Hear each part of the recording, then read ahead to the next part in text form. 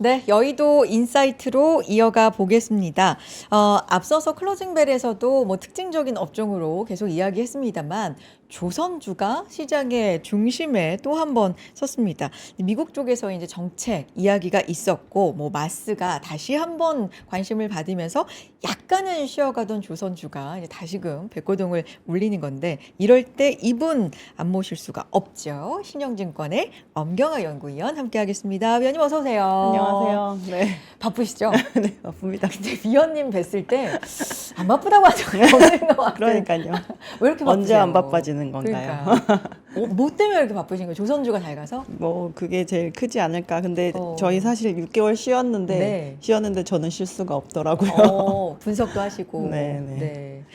말씀을 드렸지만 최근에 가장 이제 핫한 건 미국 배를 우리나라에서 건조할 수도 있을지 몰라. 네, 네. 이제 이런 거잖아요. 이걸 해양 행동 계획 뭐 이렇게 얘기하던데 이건 뭐 다들 아시겠지만 처음부터 좀 설명을 해주세요. 원래는 다른 나라에서 배를 못 짓게 했던 건데 이게 이제 변화의 조짐이 보이는 건가요? 이제 한미 간에 25년 내내 네. 저희가 마스가라는 단어가 작년에. 처음 맞아요. 등장을 했고 네. 그래서 앞으로 어떻게 구체적으로 진행이 될 건지에 대해서 이제 모두 의문을 가지고 있는 상황에서 실제로 한국에 있는 기업들이 미국에 이제 여름에 방문을 하기도 하면서 각각의 기업들이 이제 민간 수준에서의 뭐 MOU를 맺고 온다거나 이러한 여러 가지 이제 행사는 있었는데 실제로 저희가 뭐 배를 아직까지 만든다거나 뭐 미국에 직접적으로 투자를 얼마를 진행을 했다거나 이러한 부분이 진행된 건 없었습니다. 근데 이제 한국에서 발표한 팩트시트에서 처음으로 미국 배를 한국 조선소에서 건조를 한다라는 그 문구가 이제 명시가 되어 있었는데 이번에는 이제 미국 측에서 발표한 그 해양 관련 액션 플랜에서 미국 배를 이제 미국이 아닌 다른 동맹국에서 만들게 된다라는 부분이 이제 처음으로 명시가 된 거라고 볼 수가 있을 것 같고요. 지난 13일에 이제 백악관에서 발표를 한 사안이었었는데 그 안에 향후에 이제 이러한 부분을 좀 유인하기 위한 어떠한 유인책을 좀 취할 것인가 그리고 궁극적으로 미국의 조선업 자체도 어쨌든 재건을 하자라는 게 처음부터 얘기됐던 거의 출발점이었었기 때문에 이 부분으로 장기적으로 도달을 하기 위해서 어떠한 부분을 가져갈 수 있을 것인가에 대한 이제 얘기가 있었던 상황이고요. 근데 이제 앞서서 말씀을 하셨지만 실제로 원래 무려 100년이 넘게 지금까지 지속되고 있는 법적인 구속사항이 있습니다. 미국 항만에서 또 다른 미국 항만으로 이제 운송이 되는 그런 연안 상선 같은 경우는 무조건 미국 안에서 만들고 나중에 이 운항을 할 때도 미국인 항에 관련된 사람이 타야 되고 재료도 미국에서 수급해야 되고 이제 이러한 부분에 모든 대한 배가요? 미국 연안에서 왔다 네. 갔다 하는 배. 미국에 궁극적으로 해외에서 수입돼서 들어오는 물품을 갖다 주는 그런 배들이 아니고 미국령이 굉장히 여러 군데 그렇죠, 있잖아요. 그렇죠. 뭐 심지어 하와이에서 하와이도. 본토로 가는 그 부분도 수송이 사실 이루어져야 되는 부분이 있기 때문에 그래서 그런 것들에 이제 필요한 배들은 미국 안에서 만들어야 된다라고 하는 게 이제 존스 액트라고 하는 걸로 처음에 시작을 했었고 그리고 이제 이 상선과는 달리 군함 같은 경우도 미국 안에서 미국인이 미국의 재료를 써서 만들어라라고 하는 게 이제 반스톨렘프스법이라고 하는 또 다른 법에 이제 그 규제에 저희가 묶여 있었던 상황이었습니다. 그럼 군함. 네. 네. 근데 이제 이 두 개가 어쨌든 지금까지 아직 개정이 되거나 이러한 상황은 아니지만 네. 이 어떻게 보면은 약간 상징적인 법에 해당이 되기도 하거든요. 미국에서 요것만큼은 우리가 양보를 할 수가 없다라고 하는 어떻게 보면 약간 자존심 같은 100년이니까. 예, 그래서 그런 건데 그 법으로 인해서 어떻게 보면 이 시장을 자꾸 안에 가둬놓는데 수요가 외부에서 들어오는 수요가 풍부한 시장이 아니다 보니 결국에는 이 수요가 줄어들고 산업 자체도 줄어드는 걸로 결론적으로 나오지 않느냐라고 하면서 이제 이 부분을 개선해야 된다라는 목소리가 내부적에서 계속 나오고 있는 상황이고 이거를 개선시키지 않은 상태에서 저희가 뭔가 시급성을 좀 감안을 해서 행정명령으로 지금 현재 하는 부분에 대해서만 만약에 뭐 동맹국에서 일단 급하니까 만들어라라고 하면 나중에 또 어떻게 될지 이제 모르는 부분인 거잖아요. 그래서 이제 개정으로 궁극적으로 가서 앞으로 이 산업을 양국이 좀 궁극적으로 같이 가져가게 하는 데 있어서 좀 이제 안심할 수 있을 법한 그러한 이제 로드맵을 좀 해줬으면 좋겠다라고 하는 거이고 이제 거기에서 어쨌든 나온 반응 중에서는 미국 측에서 나온 발언 중에서는 지금까지 중에서 가장 적극성을 띠는 발언인 것 같습니다.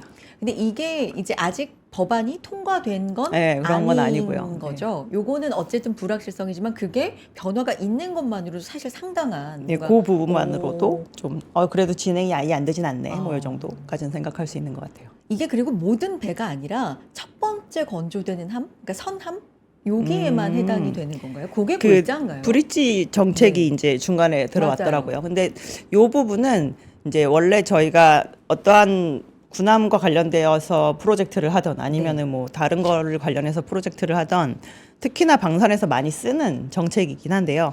초기 생산을 일단 지금 현재 인프라를 갖추고 있는 데서 생산을 진행을 하고 가장 마지막에 인도되는 부분과 그리고 이제 앞으로 이 만들어진 완제품에 대해서 저희가 AS를 계속 진행을 해야 되는데 그 부분을 현지에서 어느 정도 소화할 수 있는 선 정도까지의 약간 기술을 좀 나눈다거나 이런 거에 대해서 이제 처음에 합의를 하고 넘어가게 됩니다. 그래서 그 부분을 제시를 해서 시장이 제가 봤을 땐 이거에 대해서 조금 민감하게 오늘 반응을 하지 않았나라고 생각을 하거든요. 왜냐하면 초기선은 무조건 그러니까요. 한국에서 짓는다라는 부분이 이제 명시가 되어 있기 때문에.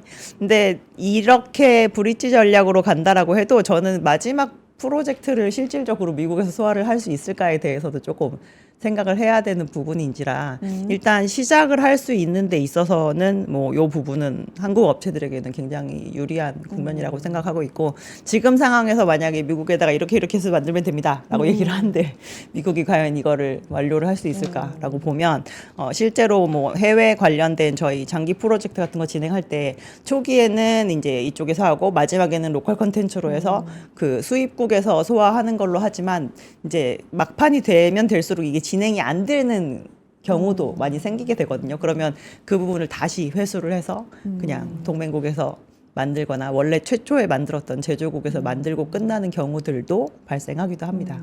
요걸 이제 잘 봐야 되는 게 브릿지 전략. 아, 그러면 상선하고 군함하고 구분을 안 지었더라고요. 거기 보면. 그러니까 지금 다 우리한테 열려 있는 건가라는 생각도 드는데. 미국이 지금 네. 군함도 필요하고 상선도 되게 필요한 상황이에요. 우리나라에 있는 해운사들도 평소에 장사를 할 때는 그냥 운송업을 진행을 하다가 전시가 되었을 때는 전쟁에 투입된다라는 조건을 가지고 있는 전략 상선이라고 하는 부분이 있습니다. 미국도 미국 내에 그런 부분이 있는데 미국은 지금 미국 내에 큰 해운사가 없어요. 그러다 보니까 저희가 전략상선이 옛날보다 굉장히 규모도 많이 줄어들었고 굉장히 노후화되어 있는 상황입니다. 그러면 국내에 국적선사가 사실 있으면 이 부분에 대한 리뉴얼이나 이런 거를 뭐 국가가 뭐 자금적인 지원을 좀 해줄 수도 있고 막 이렇게 해서 이제 계획을 세울 수가 있는데 사실 미국은 미국의 국적을 가지고 있는 플래그십 자체는 있지만 미국의 국적을 가지고 있는 선사가 없다 보니까 사실 이 부분이 이제 계속 현대화되거나 저희가 좀 더 확장을 하려고 하는 그런 거를 취할 수가 없는 거죠. 근데 이제 미국이 이제 여러 나라에서 사실 국지전을 진행을 하면서 전투에 직접적으로 투입이 되는 전투함과 군함도 굉장히 중요하지만 우리가 뭔가 전쟁을 치르고 이렇게 되려면 물자가 굉장히 잘 날라줘야 되는데 그러한 부분에 있어서의 그 전략상선의 부재에 대한 부분도 굉장히 이제 갈증을 많이 느낀 상황이었었거든요. 그래서 지금 현재 미국이 이제 우리가 배가 필요하다라는 그 발언을 할 때 사실 군함도 상선도 모두 부족하고 그 부분에 대한 역량 자체도 모두 다 줄어져 있는 상황이다라고 이해하시면 될 것 같습니다. 둘 다 열려 있고 다 필요한 네네. 상황이다. 근데 이제 표준 설계라는 걸로 보면 상선은 표준 설계, 그러니까 그 규격화된 거에 따라 가능한데 군함은 좀 민감한 부분이기 때문에 이게 안 된다고 하는 이런 것도 연관이 있는 거예요? 근데 상선도 표준 설계로 해서 만약에 좀 구축을 한다라고 하면 상선 시장 안에서 사실 어떻게 보면 국제적인 경쟁력은 좀 없을 수도 있거든요. 그러니까 실제로 조선을 되게 큰 규모로 진행을 하는 국가에서 중간중간 한 번씩 시도를 했던 방법입니다. 우리가 표준선을 만들어서 이거를 굉장히 연속 건조해서 팔 테니 이제 소비자들에게 사가라라고 얘기를 했을 때 그 부분에 대해서 받아들인 선주들은 사실 지금까지 별로 없었거든요. 왜냐하면 지속적으로 다른 약간의 그 변화를 줘서 표준선보다 벗어나서 만들어진 선박들이 더 효율적이거나 하면 굳이 선주들이 내가 표준선으로 만들어진 거를 이제 추구를 해야 될 필요가 없는 건데 표준선으로 간다라고 해서 미국의 지금 전략상선 부재가 해결이 된다. 이 부분은 조선 산업이 지금까지 발달해온 그리고 선주들이 지금까지 선택해온 그 길로 가는 거에 있어서는 약간 좀 뒤처지는 그런 그 멘트가 될 것 같고요.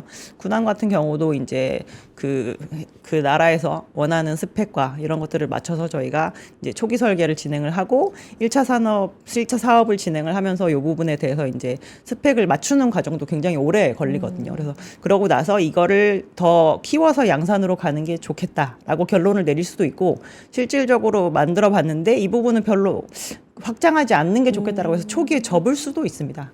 그래서 이제 그러한 그 조율에 대한 부분이 조금 더 까다롭다. 왜냐하면 그 안에 들어간 무기 체계에 대한 합의나 이제 선박 자체에 대한 스펙이나 이런 것들 조금 더 까다로운 그 조건을 가지고 있기 때문에요. 근데 뭐가 되었건 지금 상황에서 미국이 어느 한 것도 지금 역량을 제대로 갖추고 있지 않은 상황이기 때문에 양쪽에서 다 필요로 했을 때 한국의 도움이 둘 다 필요로 한 부분이 아닐까라고 생각해 볼 수 있을 것 같습니다. 이번에 나온 부분들 이제 대략적으로 조금은 그래도 풀어서 자세히 설명을 해주셔서 이해는 되는데, 근데 오늘 뭐 어제도 그렇고 움직였잖아요. 네, 좀 네.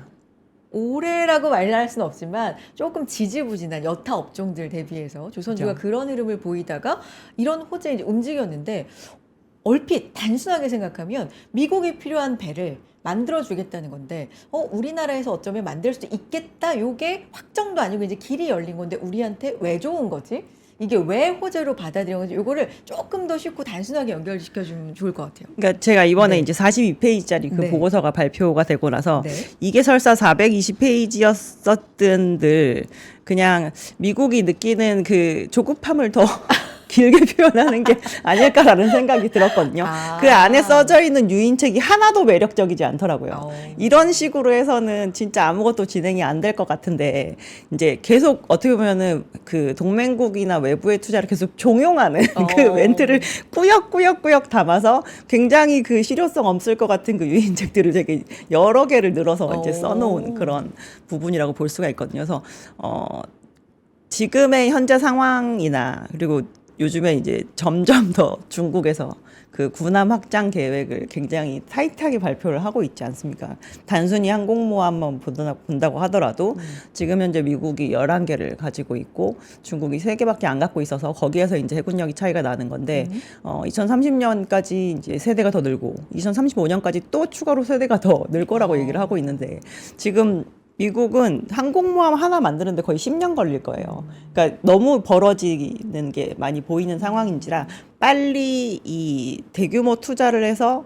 이 전함이나 함대의 규모 자체를 좀 확장, 제한하는 수준까지 확장을 하는 거를 시급하게 시작을 해야 되는 상황이거든요. 시급하고 그 네. 수준은 이제 네. 우리한테도 수혜가 그리고 이렇게 큰 규모로 네. 이 배를 만드는 거에 대해서 소화를 할 수 있는 국가는 또 상당히 제한적인 상황인지라 그래서 어찌 보면 그냥 시간은 제가 봤을 때는 한국 쪽의 편에 있는 상황인 것 같은데 뭐 이거를 이렇게 발표를 하면서 그렇게 종용을 하는 적이 진행이 될까? 그래서 정말 그 사업에 대해서 사실 만약에 진실성이 좀 높았다라고 한다면 저는 미국이 나라 돈을 투자를 해서 국적 선사를 만들 생각을 좀 해야 된다라고 생각을 했거든요. 그러한 정도의 계획이 있어야 국적 선사를 만드는 거에 대해서는 저희가 선박금융도 지원이 되고 나라에서 발주를 하는 부분이기 때문에 지금 현재 미국에서 만들 수 있는 배는 국제적인 기준에서 봤을 때는 조금 비싸지만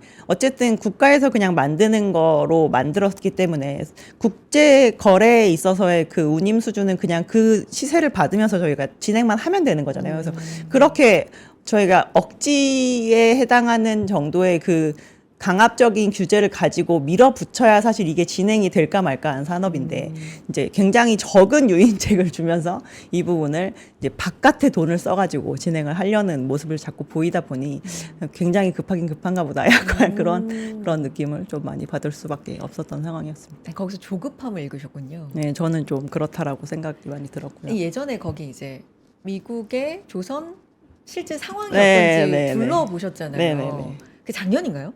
작년이죠. 2025년 5월. 네. 그 직후에 다녀오셨을 때 이제 뵌 적이 있는데 네. 어떠셨어요 했을 때 제가 딱 한마디 엉망진창이라고 말씀을 아예 그냥 예, 미국의 정말 깜짝 놀랄 조선업은 정도다. 다시 그레이트해질 수 없다라고 제가 어, 말씀을 드렸던 기억이 그러니까요. 나네요. 네. 그러니까 그 정도를 직접 보고 오셨기 때문에 또 문서를 통해서도 그게 이제 조급함으로 그래서 더- 거기에 정말 작은 프로젝트를 네. 굉장히 크게 또 부풀려서 써놓은 것이 있는데요.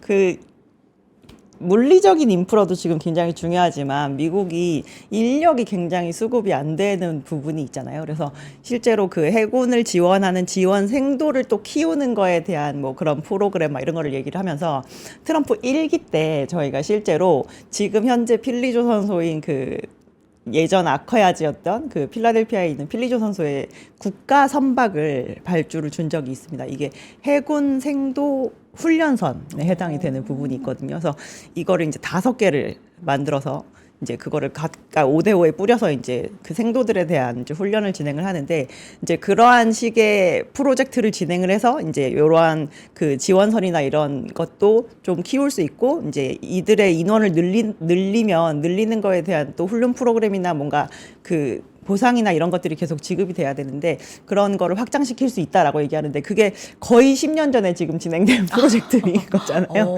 그래서 이제 2기 와가지고 이제 그게 인도가 되어서 조금 이제 해볼까 하는 부분인데 이제 여기에서 이거를 확장을 한다라고 한들 얼마나 이 수적으로 그게 작용을 할 수 있을까라는 생각이 들어서 차라리 지금 이제 인프라도 갖추고 있고 인력도 갖추고 있는 데다가 어느 정도 이 프로세스에 대해서 맡겨버리는 게 제가 봤을 때 실제로 진행으로 가는 가장 빠른 길인 것 같은데 거기에 이제 지금 어쨌든 미국이 가지고 있는 그 0.1%의 역량을 최대한 부풀린 이 내용을 42페이지에 걸쳐서 써놓은 그러한 그 페이퍼를 작성을 했더라고요. 네.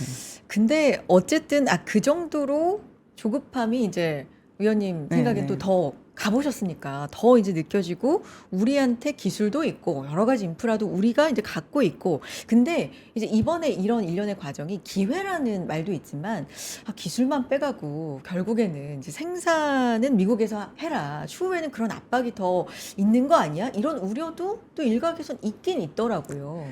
이게 제가 봤을 땐 하라고 해도 못할 것 같긴 한데요. 아, 가격만 잘 책정하게 해주면 하는 게 그렇게까지 또 그 나쁠까 싶은 상황이기도 합니다. 지금 게? 네. 그러니까 만약에 미국에서 진행을 해라라고 해서 그거에 맞게끔 저희가 만약에 원가 책정을 해가지고 그럼 이 정도의 돈이 필요합니다라고 아. 했는데 미국이 진행할 자신이 있으면 그렇게 하면 되죠. 근데 지금 뭐 그냥 일반적인 상선 만드는 것도 시장가 대비 5-6배씩 돈이 드는데 지금 현재 미국이 들이는 돈 대비해서 저희가 절반으로 그 깎아서 만들어줘도 사실 미국 입장에서는 굉장히 싸고 우리 입장에서는 또 굉장히 높은 고가의 그런 수주 물량에 해당이 되는 부분이라서 서로 윈윈일 건데 과연 그 앞으로도 어쨌든 지속적으로 조선업을 해야 될 거잖아요. 미국 같은 경우도 이렇게 늘리면 뭐 앞으로 만들어지는 신조에 대한 이제 중간중간 정기적으로 들어가야 되는 뭐 입거술이나 이런 걸 매번 할 때마다 한국에 와서 한다라는 것도 굉장히 쉽지 않은 일이기 때문에 그쪽도 분명히 역량을 같이 키우면서 늘려야 되는 부분일 건데 이거를 처음에 초기에 욕심으로 만약에 이제 많은 분들이 최근에 질문하시던데 이렇게 돼서 초기에 막 기술만 쏙 빼가고 그러니까요. 그쪽에서 하면 어떻게 해요? 라고 하지만 못해요. 제가 봤을 때 할 수가 없습니다. 그걸 할 거였으면 90년대부터 좀 자각을 했겠죠. 근데 지금 30년째 이제 여기에서 헤매고 있는 상황이긴 한데 제가 봤을 때는 불가하다라고 생각합니다. 100년 동안의 규제로 엮어놓은 것에서 이 제조업이 무너지는 거에 대한 거를 너무 극명하게 보여준 상황이고 특히나 다른 것도 아니고 저희가 숙련공이 굉장히 필요하고 매번 다른 설계를 소화할 수 있을 만한 그 정도의 그 인적 자원이 굉장히 필요한데 그 인적 자원이 키워질래도 시간이 오래 걸리지만 일단 이거에 대해서 시도를 하는 노동자들의 수가 일단 많을 것인가 그것도 좀 관건이고 지금은 현재 상황에서 봤을 때는 키워낼 수 있는 그 리더 역할을 해줄 수 있을 만한 인적 자원이 아예 없는 상황인지라 전 굉장히 쉽지 않은 할수 있으면, 구상을 하고 있다라고 생각하고 있습니다. 할 수 있으면 해라. 근데 못할 거다. 뭐이 정도. 아니면 이제 우리나라 사람들 데려다가 돈 한 2배만 줘도 괜찮을 텐데. 아까도 말씀드렸지만 이게 사실 그 아까 말씀해주신 존스법도 그렇고 돌레분스법. 그렇죠. 네. 이게 뭐 100년 된 법. 네, 이런 굉장히. 사례가 그러니까 이런 한동안 마스가 얘기가 나와서 좀 시장이 우리 주식 시장이 어려울 때도 이제 조선이 받쳐주고 사실 조방원의 가장 앞자리에 조 이렇게 차지한 지가 꽤 됐잖아요. 이제 그러다가 오랜만에 조선 쪽으로 좀 이슈가 나왔기 때문에 기대감은 있는데 실제로 이게 통과가 될까 이런 것도 아직은 불확실성이긴 한데 가능성은 좀 어느 정도로 보세요? 근데 통과가 사실 안 돼도 상관이 없는 게 그래요? 예, 그 조선의 본업은 국제적인 해운사들과 선주사들을 대상으로 한 일단 상선 건조가 본업입니다. 그게 주고 이거는 이제 추가로 프리미엄을 붙여줄 수 있을 만한 조금 대세적인 두 번째 사업이 될까라는 걸로 저희가 생각을 하고 있는 거잖아요. 근데 코로나 팬데믹 이후에 저희가 이제 친환경 선박으로 바꾸는 그 흐름이 지금도 전혀 끊어지지 않고 있는 상황이고 그것만으로도 사실 지금 조선 업체들은 부귀영화를 누릴 수 있습니다. 제가 봤을 때. 네. 그래서 이 방산이 추가로 들어오게 된다면 분명히 뭐 영향은 있을 수 있겠죠. 저희가 일반적인 상선은 알맞은 정도의 수주 잔고를 저희가 한 3년에서 3년 반 정도인 것 같아요라고 얘기를 하거든요. 그거는 조선 업체들이 충분히 협상권을 가져갈 수 있을 만한 정도의 길이를 지금 말씀을 드리는 겁니다. 그리고 나의 고객사가 지금 나에게 발주를 해놓고 만약에 4년 뒤, 6년 뒤에 안 찾아갈 수도 있는 부분이기 때문에 내가 고객사의 상황을 안정이 되는 수준 정도로 예측할 수 있는 길이이기도 한 거라서 서로에게 이렇게 어떻게 보면 합의가 된 약간 그런 정도의 길이를 얘기를 하는 건데 방산은 실제로 뭐 제가 방산을 취급하고 있진 않지만 LIG 넥스원 이런 데 보면 지금 매출 대비 거의 8배, 10배 잔고 가지고 있거든요. 그래서 잔고가 굉장히 깁니다. 근데 아마 해양방산도 발주가 나오게 되면 그 사업 부문 잔고 길이는 굉장히 길어질 거예요. 그래서 저희가 아마 다르게 또 밸류에이션을 해야 되는 상황이 될 수도 있긴 한데 그렇게 영향을 줄 수 있을 건데 이게 지금 이쪽 본업에 해당하는 게 굉장히 줄어들 위기인데 이게 나오는 게 아니라 여긴 굉장히 잘 되고 있는데 플러스 추가로 알파? 플러스 알파로 저희가 얘기를 하는 부분이기 때문에 만약에 이 부분이 실현이 되지 않으면 이제 지난 6개월간 있었던 정도의 그런 조정이 있겠죠. 작년에 사실 그냥 기대감으로 방산 나올 수도 있대. 이 기대감 하나로 올랐는데 아직까지 실현된 게 없잖아라고 하면서 또 이렇게 다른 뭐 섹터에 대한 투자 방향이 좀 더 긍정적으로 열린다거나 하면 이제 글로 가시거나 이랬을 수는 있는데 지금 본업 자체가 조선업은 전혀 뭐 무너지거나 안 좋아지는 요인이 없는 상태이기 때문에 사실 이렇게 해서 방산이 안 나온다라고 해도 제가 봤을 땐 본업으로만도 끌어올릴 수 있는 여지가 굉장히 많다라고 생각하고 있습니다. 근데 어쨌든 플러스 알파가 되면 투자자 입장에서는 좀 좋은 거긴 한데. 그렇죠. 이것도 보고 네. 저것도 보고 그러니까요. 뭐 이게 좀 슬로우 할 때는 이쪽이 좀 더 나을 수도 있고 뭐 다른 쪽이 또 괜찮을 때는 이쪽이 또 슬로우 할 수 있고 하니까요. 근데 지금 분위기는 미국 행정부나 해군 쪽에서는 좀 동맹 협력을 좀 지지하는 그런 편인 거죠. 지금 그렇게 분위기는. 해서 그러니까 어. 이게 너무 극명하게 일단 중국엔 가면 안 되잖아요. 근데 중국이 전 세계 배 지금 50% 만들고 있거든요. 그래서 중국이 아닌데 우리가 장기적인 협력 관계를 맺을 수 있는 국가를 찾아보면 그냥 한국으로 약간 귀결되는 그런 분위기이기 때문에 이제 이쪽과 장기적인 협력 관계를 맺어가면서 우리가 저쪽에다가 무조건 좋은 쪽으로 퍼주는 게 아니라 미국 입장에서도 어쨌든 조선업을 제거를 조금 시켜야지 이 부분을 계속 끌고 갈 수 있을 거라서 이제 그런 부분에 대해서 가만히 있으면 안 되겠구나라고 하는 거를 조금 내부적으로도 많이 인식을 하고 있다. 좀 볼 수 있을 것 같습니다. 2025년부터 이제 끌고 갔던 건 LNG선도 그렇고 상선도 그렇고 뭐 이런 쪽이기 때문에 말씀하신 것처럼 이건 플러스 알파고 만약에 이게 혹시나 안 되더라도 펀더멘탈 회선은 아닌 것 같다. 펀더멘탈에서는 절대 아닌 것 절대 같고요. 아니다.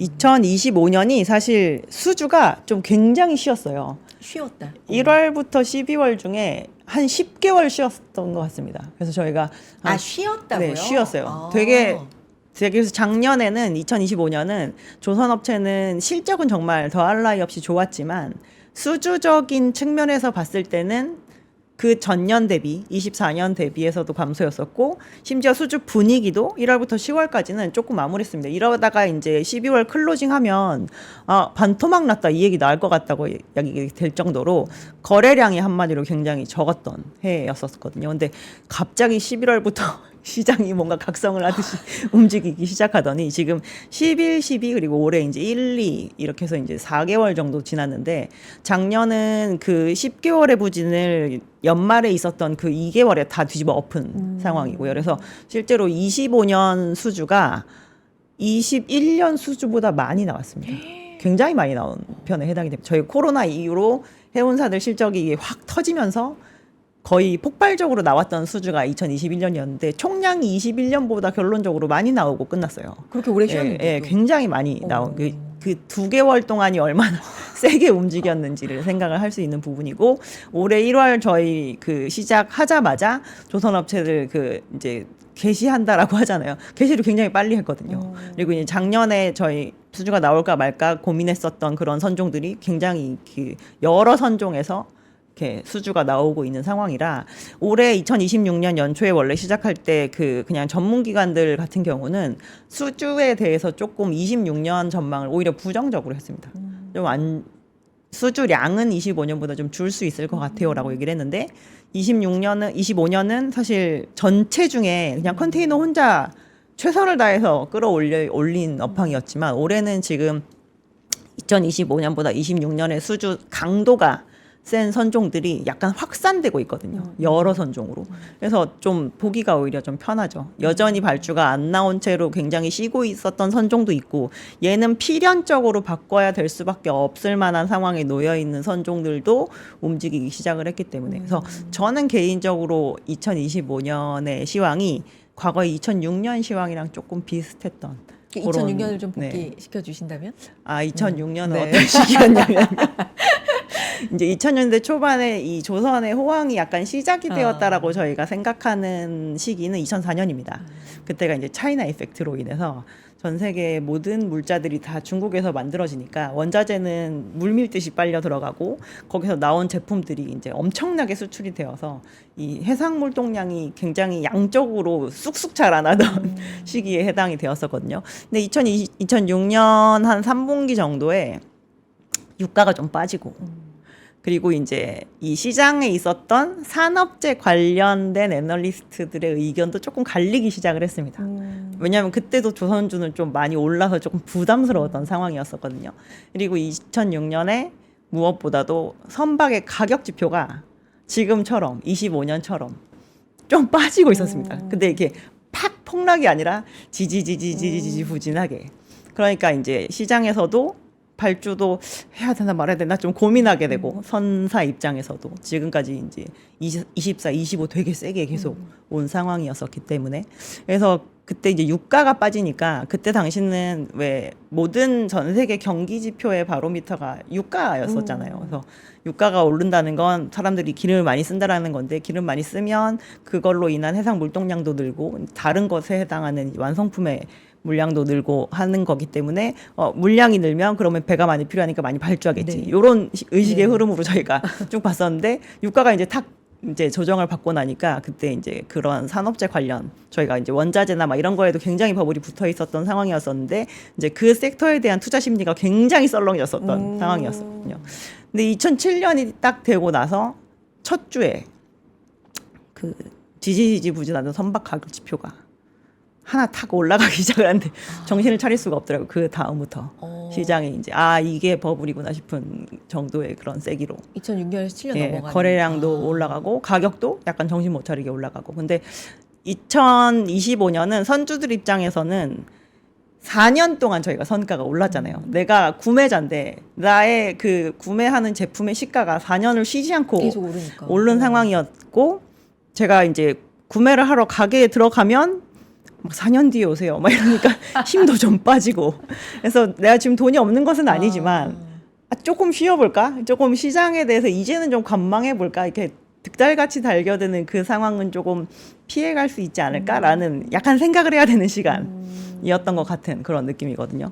근데 생각을 해보니까 각이 안 잡히는 그런 분위기인 것 같아요. 왜냐하면 전 세계 여전히 조선 업체들은 화물선 기준으로 1년에 아직도 2,000척을 만들지 못하고 있는 상황이고 저희가 뭐 10만 척 중에 아직 얼마 교체 안 됐어요라고 얘기하는데 화물선만 놓고 봐도 여전히 6만 척이 지금 아직 교체가 안 된 상태로 있는 상황인데 지금 심지어 2004년에 발주해서 만들어 놓은 LNG 캐리어들도 2030년 되면 저희가 얘기하는 그 탄소 집약도 지수라고 하는 CII 지수가 원래 A, B, C, D 2등급인데 D와 2등급은 시장에서 원활하게 돌아다니기 굉장히 어렵거든요. 근데 근데 그 배들의 2030년 예상 등급은 다 2등급입니다. 그럼 다 바꿔야겠네요. 예. 그래서 이 선박 시장의 이 환경 규제가 되게 무서울 때가 어땠냐면 교체를 유발할 때입니다. 신조선을 올해부터 이러한 기준으로 만들어 이것보다 교체를 유발을 하면 시장에 이 선령이 얼마가 이런 거를 되게 상관없이 그냥 발주로 이거를 대체해야 되는 상황이 되거든요. 그래서 그러한 부분이 이제 작용을 하는 거를 생각해 보면 이제 선주들도 아무리 계산을 해봐도 그냥 발주를 하는 게 맞겠다 싶은 그런 느낌이 좀 드는 국면이지 않을까라는 생각이 들어서 저는 지금이 굉장히 센 변곡점이라고 생각합니다. 2006년의 냄새가 난다. 네. 20년 전에 네네. 냄새를. 그러니까 지지지지 이렇게 하다가 확 올라가니까 그때부터 걷잡을 수 없이 성과가 올라갔다. 걷잡을 수 없죠. 그런 느낌이 난다.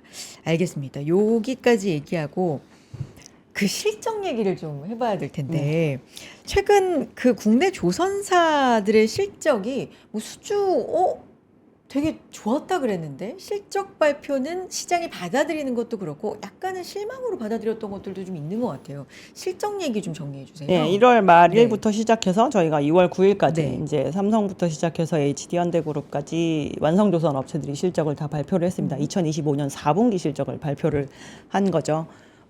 매출들이 일단 기본적으로는 굉장히 잘 나왔습니다. 저희가 심지어 2025년은 4분기가 추석 연휴였음에도 불구하고 이제 상대적으로 영업일수가 그렇게 크게 차이가 나지 않지만 어쨌든 작년이랑 비교하면 영업일수가 조금 줄었는데도 불구하고 이제 그 전년 대비해서는 두 자릿수 그로스를 냈고 3분기 대비해서도 이제 어느 정도 성장률이 나왔습니다. 근데 이제 비용 요인들이 조금 발생을 한 게 일을 어쨌든 잘했잖아요. 그래서 이제 보상이 좀 들어가는.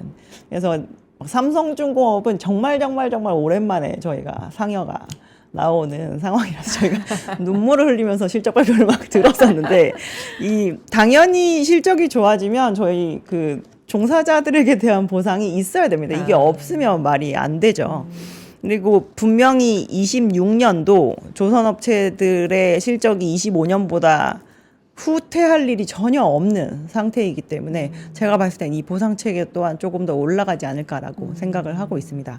그런데도 불구하고 올 초에 이제 삼성중공업이나 현대중공업이 올해 매출에 대해서 저희가 보통 연초에 이제 발표를 하는 부분이 있거든요. 근데 그게 이제 다 30%대로 오히려 25년 초에 발표했었던 25년의 매출 그로스 계획보다 26년의 매출 그로스 계획이 더 좋은 상황입니다. 그래서 이제 일부 업체들 중에서 이미 25년에 실적이 좋았던 업체들은 사실 25년에도 좋은 수준의 그 임직원 보상을 해줄 게 예상이 되어 있었던 업체들 같은 경우는요, 4분기가 되었다고 해서 일회성 비용이 더 들지 않았습니다. 왜냐하면 줄 거를 이미 감안해서 다 비용으로 저희가 뿌려놓은 상황이었었기 때문에. 근데 그런 업체들마저도 26년에는 매출이 더 늘 거잖아요. 그러면 그 보상하는 거에 대해서 이미 예측이 되어 있고 매출이 더 늘면 이 매출 레버리지 효과는 굉장히 세질 수 있는 상황입니다. 그래서 25년 대비 26년의 그 조선 업체들 실적이 굉장히 좋지 않을까라는 생각이 저희는 좀 드는 상황이고, 회사들도 보상 그 비용에 대한 부분을 굉장히 보수적으로 지금 잡아놓은 상황에 해당이 되거든요. 저희 막 강제 가격도 어쨌든 오를 수 있다라는 쪽으로 잡아놓고, 뭐 환율 같은 경우도 여전히 1,300원대 정도로 잡아놓은 상황인데, 실제로 외부 변수나 비용 변수가 지금 굉장히 안정적인 상황이고 조선 업체에게는 좀 우호적인 정도의 환율을 유지를 하고 있어서 25년, 26년 한 2분기 실적쯤 저는 굉장히 서프라이즈 날 거라고 생각을 합니다. 2분기부터. 그래서 이미 2025년 실적에 아마 역대 최고 ROE를 기록을 한 상태였었을 텐데 한 번 더 갱신을 하지 않을까라고 생각을 하고 있고, 조선 업체들이 이제 25년을 기점으로 원래 양적 성장이 끝나는 해였었거든요. 지금 가지고 있는 이제 설비나 뭐 이런 거 대비 더 수주를, 그러니까 생산량은 늘리지 않고 이제는 저희가 옛날보다 비싼 제품을 만드니까 그것 때문에는 올라올 수 있어요 라는 정도로 이제 끝이었었는데, 모두 다 같이 2025년에 이제 약간의 그 증설 계획을 발표를 하기 시작을 했는데, 앞서 코너에서 말씀하신 것처럼 이제 하나오션 같은 경우는 아예 신규 설비를 투자를 해서 올해 내내 신규 설비 투자가 진행이 될 것이고, 삼성이랑 현대 같은 경우는 기존에 원래 가지고 있었던 설비였었는데 놀리고 있었던 설비들이 좀 있습니다. 네. 그래서 저희가 지금 그 업체들의 각각의 뭐 수주 척수나 수주 톤수를 보면 2010년을 못 따라가거든요. 그 이유가 설비를 옛날만큼 가지고 있는데 다 돌리지 않아서 그런 정도인데, 이제 그것 중에서 일부를 다시 운행 재개를 하겠다라고 얘기를 하고 있어서, 저희가 재개하면 또 26년만 반짝 쓰고 이게 아니라 이제는 그거를 재개할 정도라는 건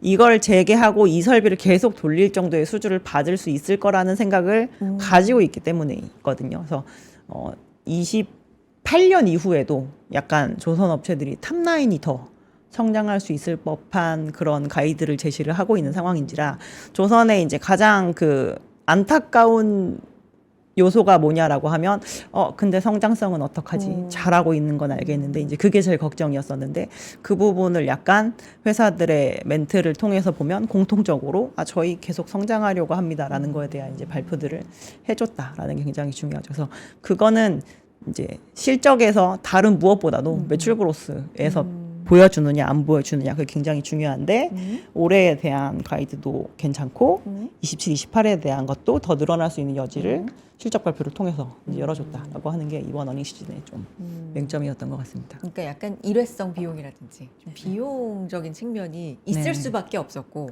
뭐 그런 거 해야죠. 대비 보상해야죠. 잘하면 좀 보상도 받고 여러분들만 주식으로 돈을 벌면 어떡합니까?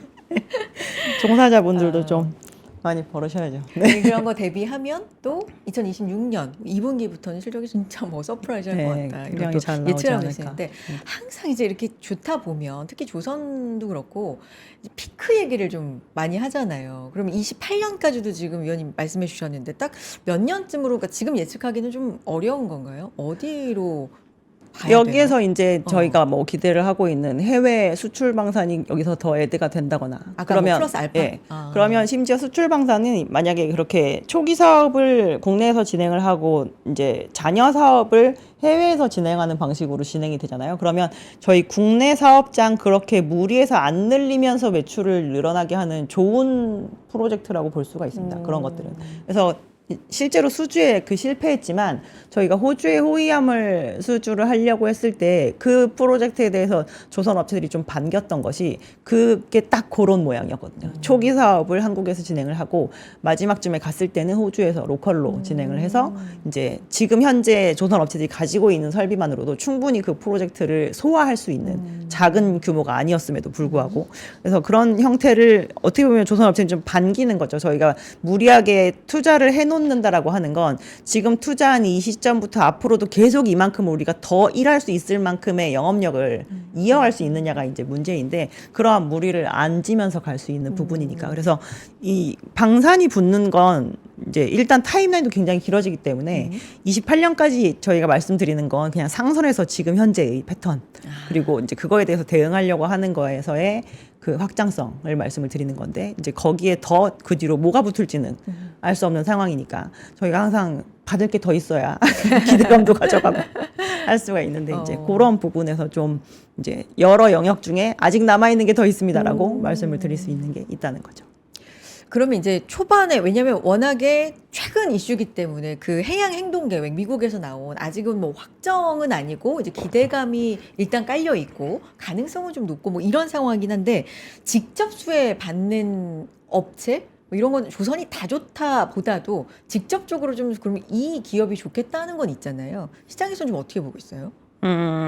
이제 거기에 명시된 건, 그래서 미국에 직접적으로 투자를 한 업체에게 뭐 이 부분에 대한 수주나 이런 거에 좀 이점을 주겠다라고 얘기를 하고 있지만, 지금 저희가 봤을 땐 하나오션에서 인수를 한 필라델피아 그 조선소가 100% 수주할 만한 양도 아니 뿐만 아니라 아. 지금 현재 미국 현지에서 진행이 되고 있는 군함 관련 프로젝트가 없진 않거든요. 그래서 원래 이탈리아의 업체가 미국 법인에서 하고 있었던 프리디캄이 있었는데 그 프로젝트도 굉장히 지연이 됐습니다. 아. 그래서 작년 11월자 기준으로 중단. 아, 그래요? 지금 만드는 것까지만 만들고 더 이상 확산하지 않습니다라고 이제 하고 나서 그거를 미국 내에 있는 방산업체에게 원래 가지고 있는 모델을 좀 변형을 해서 이러이러하게 해서 이제 새로운 프로젝트를 진행을 해라라고 해서 이 앞에 진행되던 프로젝트의 연결선에 해당하는 프로젝트를 지금 진행을 하고 있거든요. 그러면 그런 업체들은 직접적으로 이거에서 매출이랑 이런 것이 발생을 하게 되는 부분이잖아요.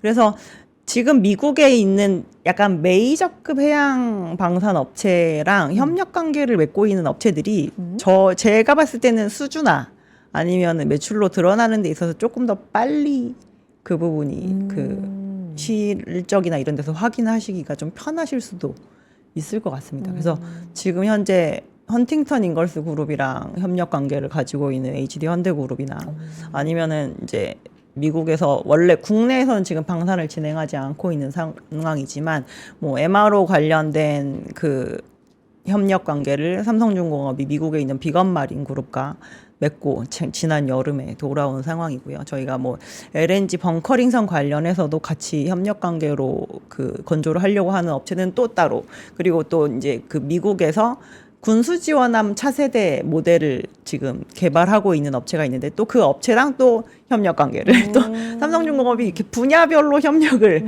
맺고 온 상황이라 여기에서 이제 어떻게 군함도 이제 해본 부분은 아니기 때문에 무기체계 쪽은 저희는 분명히 건드리기는 어려울 것이고 밑에 있는 사이드, 그렇죠. 바텀 사이드를 저희가 이제 담당을 하게 될 텐데 그 부분으로 해서 기여를 해서 들어가게 되면 오히려 거기도 이 계약으로 인해서 성과가 나오는 데까지 조금 빠른 움직임을 보일 수도 있습니다. 그래서 저희는 간접 투자하는 업체들에 대해서 조금 더 오히려 긍정적으로 생각을 하고 있고요. 근데 이제 시장에서는 뭐 이런 것도 있잖아요. 일단 큰 업체들로 보면은 선함을 우리에서 만들고 뭐 나중에 그 다음부터는 미국에서 만들거나 뭐 협력을 하거나 이런다 치면은 하나오션은 뭐 거제에서 만들고 필리나 뭐 이런 데 있으니까 가장 좀 그 공통점에 가장 거론이 많이 될 수 있는 게 아닐까 뭐 이런 것도 있으니까. 근데 필리 사업장 자체가 미국에서 군함을 전문적으로 만들던 또 사업장은 아니고요. 아. 네, 그냥 운반선을 주로 만들던 예, 상선 위주의 그 야드이고 토크가 좀 작아서 물론 뭐 군함 자체는 원래 상선보다 좀 작기 때문에 작다라는 게 한계가 아닐 수는 있긴 하겠지만 그 인력 구조도 완전히 다르고 그래요. 네, 굉장히 투자가 많이 이루어져야 됩니다. 지금 현재 그 사업장에서 바로 실행하기는 저희는 좀 어렵지 않을까. 그래서 실제로 그 하나가 저희가 미국에 있는 호주의 오스탈 그러니까 호주를 자체를 지금 사는 거긴 한데 이 오스탈 법인으로 해서 이제 군함과 관련된 거를 접근을 하려고 하는 또 그것과 또한 이제 직접적인 투자에 해당이 되는데 그렇게 시도를 하고 있는 부분도 이 필리조선소만으로 해결할 수 없다라는 거를 내부적으로 아마 하나도 좀 알고 있기 때문이 아닐까라고 생각하고 있습니다. 그럼 그 밑단에 이제 조선 기자재 이런 쪽도 낙수 효과를 기대해 볼 수 있을까? 이런 쪽으로 한번 확장시켜 보면요. 그러니까 조선 기자재 업체들은 요즘에 이렇게 들여다 보면 네. 영업이익률이 한 자릿수인 데가 없어요. 다 두 자릿수입니다. 이미 사실 수익성은 예전 수익성을 훨씬 뛰어넘은 지 오래된 상황이고요. 근데 이제 그런 건 있는 것 같아요. 그 국내 조선 업체의 기자재 업체들 중에서 국내에서만 노는 업체들에게는 지금의 상황이 조금 답답할 수 있습니다. 왜냐하면 국내 조선 업체들이 저희는 고부가 가치 선박에 많이 집중을 하려고요 라고 하면 고부가 가치 선박에 집중을 하면 어떠한 일이 있냐면 양은 좀 줄 수 있어요. 저희가 옛날에는 중부가 가치와 고부가 가치를 섞어서 만약에 한 100개를 만들었다라고 하면 이게 고부가 가치에 집중을 하면 80개밖에 못 만들 수도 있습니다.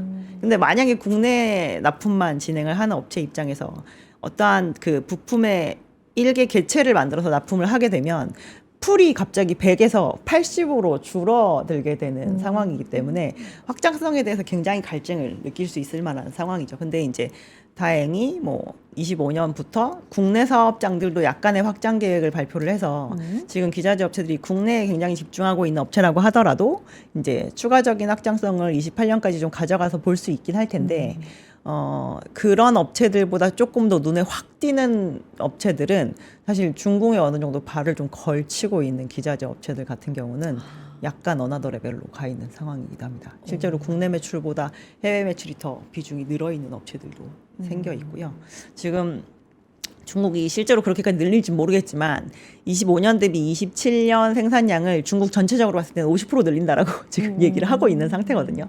그래서 실제로 납품이 그렇게 이루어지는데 그 밸류체인 안에 들어가 있는 한국 부품 업체다라고 하면 이제 그 중국의 업체들의 조선 성장성과 같이 클 수 있는 여지도 조금 저희가 생각해 볼 수가 있겠죠. 중국 얘기를 해주셨으니까 이번에 나온 이슈와 본다면 뭐 예를 들면 이번에 이제 조선 업체만 연관이 돼 있는 게 아니라 거기 보면은 뭐 인프라 쪽 개선이라든지 이런 것도 포함이 좀 되는 것 같아서 네네. 중국을 약간 견제한다 치면은 예를 들면 크레인이라고 보면 중국이 크레인도 강한데 뭐 이게 우리한테 반사수혜가 만약에 온다고 하면은 뭐 현대임스랑 기업도 있고 이렇게 기자재 그렇죠. 쪽으로의 어떤 낙수 효과 이런 것도 좀 중장기적으로 볼 만한지 그런 게 좀 궁금했어요. 그래서 미국이 항만 투자를 진짜 안 하는 국가 중에 하나거든요. 미국은 항만으로 들어오는 해운사들의 서비스를 이용을 하지만 그래서 유럽은 굉장히 항만 투자를 세게 하는 국가들입니다. 자기네들이 해운 업체들도 많이 가지고 있기도 하고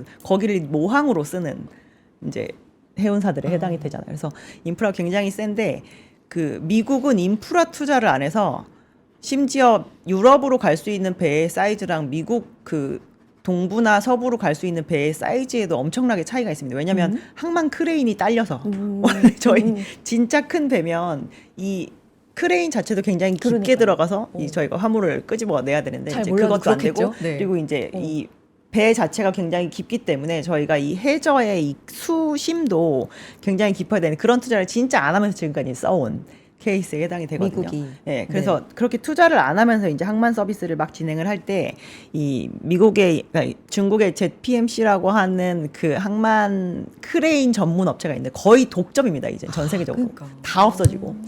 근데 이제 다들 저 크레인이 뭐가 달려 있을까 이런 생각을 하면서 굉장히 갑자기 이제 전 세계가 경계를 하기 시작을 해서 있는 크레인을 다 뒤집어 엎지 못한다고 하더라도 신규로 만약에 항만 인프라를 좀 조성하거나 할 때 앞으로 이 부분에 대해서는 조금 배제를 하자라는 움직임이 있어서 이제 말씀하셨던 뭐 현대임스 같은 데가 이제 그러한 스마트 크레인 같은 거를 만들어서 납품을 하게 된다라고 하면 조금 입찰에서는 유리한 고지를 차지할 수 있는 부분도 있는 거죠. 그래서 어떻게 보면 지정학적인 부분에서 타이밍과 이 정치적인 이슈가 전 다 결집이 되어 있다라고 생각을 하는데 이 상황에서 못 버티고 그 떨궈져 나간 국가가 어떻게 보면 일본이거든요. 일본은 중국이랑 굉장히 비슷한 결로 중국에 대항을 하려고 하다가 완전 나가 떨어진 그런 케이스에 해당이 되고 그래서 둘이서 그 주력 선종도 엄청 겹칩니다. 근데 이 일본이 이렇게 시들시들 말라가니까 여기에서 이 중국이 거의 무혈 입성을 하는 그 점유율에 올라오는 그 속도가 굉장히 빨라진 편에 해당이 되거든요. 그래서 지금 50%나 만들고 있는 상황인 거잖아요. 근데 이제 전 세계가 배를 무려 50%나 만드는 업체가 있는데 여기에서 더 늘면 이게 괜찮을까라는 생각을 지금 이제 모두 다 같이 하다 보니 근데 그러면 여기가 아닌데 만들고 있는 국가가 어디야라고 하면 이제 한국밖에 남지 않은 약간 그런 상황이 되어서 이게 필연적으로 꼭 있어야 되는 약간 이유가 좀 생겨버린 것도 어떻게 보면 한국 조선 업체들에게 있어서는 조금 유리한 그런 상황으로 간 상태라고 볼 수가 있죠. 최근에 위원님 이제 주식 관점에서 가장 많이 주식 관점입니다. 네네. 주식 관점에서 가장 많이 드는 질문이 뭐예요, 위원님한테? 많이 들어오는 질문? 조선 올해 꼭 가져가야 될까요? 저도 궁금해요. 자, 그래서 안 들고 버틸 멘탈 있으면 안 들고 가봐라고 얘기를 어머. 드리거든요. 네. 자신 있으면 해보라고. 아까 그게 그 포트에 없어도 자신 있으면 네, 해보라고. 들고 가지 마세요. 네. 근데 안 될 걸 뭐 이런 자신감이에요. 오. 쉽지 않을. 왜냐하면 실적 나오는 섹터를 그걸 어떻게 버팁니까? 숫자가 나오는데. 근데 최근에 이제 다른 거 대비해서는 조금 쉬었잖아요. 그러다가 이제 최근에 좀 이슈 나오면서 그건 가는데. 작년에 업황이 반영이 된 것 같아요. 그러니까 작년에는 저희는 수주는 별로였고 실적은 좋았는데 그 하나의 저희가 요소를 가지고 거기에 수주 기대감을 얹어서 이제 주가는 오히려 24년보다 25년이 더 세게 오른 결과로 나왔었던 거잖아요. 저희가 역사적 신고가를 다들 아마 기록을 했을 텐데. 근데 이제 올해는 실적은 무조건 담보가 되는 상황이고 거기에 이제 수주도 제가 심상치 않다고 그러니까요. 말씀을 드린 상황인지라 방산 뭐 플러스 나와주면 굉장히 좋긴 하겠지만 제가 봤을 때는 상선도 만만치 않은 상황이라 저희가 이렇게 수주 오늘 사실 어떻게 보면은 이 와중에 또 삼성중공업이 LNG 수주 공시를 또 한 것도 저는 영향이 장중에 있었을 거라고 생각을 하거든요. LNG 2025년 내내 굉장히 투자자들 속색인 선종 중에 하나인데 왜 올해는 이렇게 LNG가 나오지 않는가에 대한 고민을 하다가 이제 그 부분에 대한 거를 지금 연초부터 계속 조선업체들이 LNG를 수주를 하면서 또 나아지고 있는 상황인지라 수주가 이렇게 나오고 수주 공시가 매주 되고 저희가 실적은 이제 기대치를 조금 더 높여갈 수 있는 상황이 되면 그거를 버틸 수 있는 투자자분들은 저는 많지 않을 거라고 봅니다. 오늘 뭐 삼성중공업 그 오세아니아 지역에서 네. LNG 운반선 수주 계약 한 척 3,680억 원 수주 뭐 이런 말씀들이 추가를 해주셨는데 그래서 종합해서 위원님 탑픽은 뭐예요? 저는 아직도 바뀌지 않았습니다. 아. 예, 한국조선은행 추천드리고요. 한 주에 이제 이번에 기말 배당 발표했더라고요. 그래서 작년에는 저희가 기말 배당이 5,100원이었었는데 이번에 이제 9,100원으로 굉장히 많이 올랐습니다. 그래서 조선업체들의 그 한 조의 밑에 있는 이제 3사가 아니라 이제 2사가 되었죠. 합병 현대중공업과 현대사무중공업의 수익성이 일단 거제도에 있는 조선업체들보다 훨씬 더 좋은 상황이고 이미 사업회사들이 다 순연금 상태입니다. 그래서 저희 이제 버는 것만큼 주주환원도 당연히 이루어져야 되는 부분인지라 사업이 좋아지는 걸로 인한 수혜도 주가로 보시고 배당 수익도 중간중간 챙기시면서 이 배당도 기말 배당도 중간 배당도 하거든요. 나중에 뭐 분기 배당으로 확장이 될 수도 있지 않을까 싶은 생각인데 배당 재원 자체가 워낙 지금 확보가 되어 있는 상황이기 때문에 그냥 저는 뭐 꼭 먹고 알 먹고 하시라고 여전히 좀 추천해 드릴 때 오히려 요즘엔 좀 편하더라고요. 주가도 6개월 조정 받았겠다. 왜 이렇게들 물어볼까 싶어서 제가 막 이렇게 상대 수익률을 보다 보니 우리가 4,000포인트 이상 이후로는 기여를 한 바가 없구나. 주가가 그냥 기였는데 이제 그거를 굉장히 못 견뎌 하시긴 하던데. 이게 상대적으로 네, 보면 상대 수익률은 졌어요. 그러니까 마이너스가 찍혀 있더라고요. 그래서 이래서 이랬구나라는 생각을 좀 제가 하면서 이해를 하긴 했지만 올해 뭐 실적 나오고 하면 다시 싸다는 생각 충분히 할 수 있지 않을까. 특히나 기자재 업체들 정말 조정 많이 받았거든요. 그래서 지금 수익성 2025년에 달성한 수익성으로 뭐 10배 이런 데 굉장히 많습니다. 저희 실적 좋을 때는 뭐 30배도 가고 뭐 이러는데 10배밖에 안 되는 데들도 굉장히 많고. 해운주도 조금 여쭤봐야 될 것 같은데. 해운의 그 운송 섹터에 대해서 저희 섹터부가 맞아요. 조금 안 좋은 편이었긴 했지만 이제는 만약에 더 안 빠지는데 그 버텨볼 만해라고 하면 저는 좀 그럴 것 같다라는 얘기를 좀 이제는 드리고요. 해운 업체들이 옛날에는 저희 힘들어요. 그러면 진짜 힘든 거였었거든요. 근데 요즘 힘들어요. 이래도 얼마 전에 HMM 보니까 뭐 시장에서는 별다른 관심이 없으셨던 것 같은데 불과 분기에 또 3천억 정도 벌었더라고요. 그래서 참 옛날에는 1년에 3천억 벌기도 어려워가지고 정말 힘들었던 때가 있었는데 이게 화물 운송 사업에 대한 시장의 이 보상 체계가 옛날보다 레벨이 많이 달라진 상황입니다. 저희가 공급망에서의 그 어려움을 굉장히 세게 겪었잖아요. 그 코로나 때. 그래서 화물 운송 관련 사업을 하는 사업부들이 예전보다 버는 돈의 수위가 굉장히 상향 안정화됐습니다. 이거는 컨테이너 해운도 마찬가지고 비행기로 나르는 화물도 마찬가지인 상황입니다. 그래서 예전에는 화물 운송 사업을 진행을 하는 게 어떠한 회사들에게 있어서는 그게 되게 짐이 될 수도 있었는데 요즘에는 약간 캐시카우 역할을 하는 그런 부분이 돼서 해운 업체들이 돈을 이렇게 꾸준하게 버는데 이 와중에 이제 어떠한 기회를 찾기도 해야 되고 그리고 이제 아예 이 재원을 가지고 더 확장 전략을 위해서 투자 자체를 할 수도 있는데 심지어 이제 그런 것들이 조금 일어나고 있는 상황이죠. 최근에 5위권에 있는 그 독일의 하팡로이라고 하는 회사가 지금 10위권에 있는 이스라엘 컨테이너 선사를 인수를 하겠다라고 얘기를 하고 있는 상황에서 원래 컨선사들은 그 M&A가 이렇게 저 밑에 있는 막 30위 이런 거 사는 게 아니고 이제 막 1등이 3등 먹고 막 이럴 정도로 굉장히 빅딜이거든요. 근데 저희가 모두 다 같이 돈을 굉장히 잘 버는 업체들인데 전부 다 지금 PBR이 막 0.6, 0.7 막 이렇거든요. 그러니까 이제는 약간 사볼까라는 생각들을 해서 딜 자체가 좀 이루어지면서 어떻게 보면 약간 리밸류에이션이 될 수도 있습니다. 그러한 부분도 좀 긍정적이라서 운송업체들이 저희가 물동량이 진짜 안 좋으면 진짜 경기가 진짜 안 좋은 것 같다 이러면서 저희가 사지 마시라고 좀 말씀을 드리는데 요즘에는 빠질 대로 빠진 것 같고 업체들이 그렇다고 돈을 못 버는 건 아니니까 사고 약간 머리에서 지워버리는 것도 괜찮은 방법이지 않을까. 네. 알겠습니다. 섹터, 이 조선이라는 섹터 가지고도 이렇게 한 시간을 얘기할 수 있고, 어떤 걸 여쭤봐도 또 이렇게 편안하고 깊이 있게 말씀해 주실 수 있고, 자, 엄경아 위원님과 여기서 인사를 나눠야 되겠습니다. 조선 계속 좀 편하게 지켜볼게요. 네네. 네. 또 뵙겠습니다. 엄경아 위원님 고맙습니다. 네, 오늘 여의도 인사이트는 엄경아 위원의 인사이트와 함께 했고요. 자, 이제 단독 테크 관련된 김장현 본부장님이 아까 예고해 주셨는데 그 부분 함께 해 주실 시간인데 잠깐 저는 또 안내 말씀드리고 가도록 하겠습니다. 앙트러프러너십 칼리지 2기 얼리버드 모집하고 있습니다.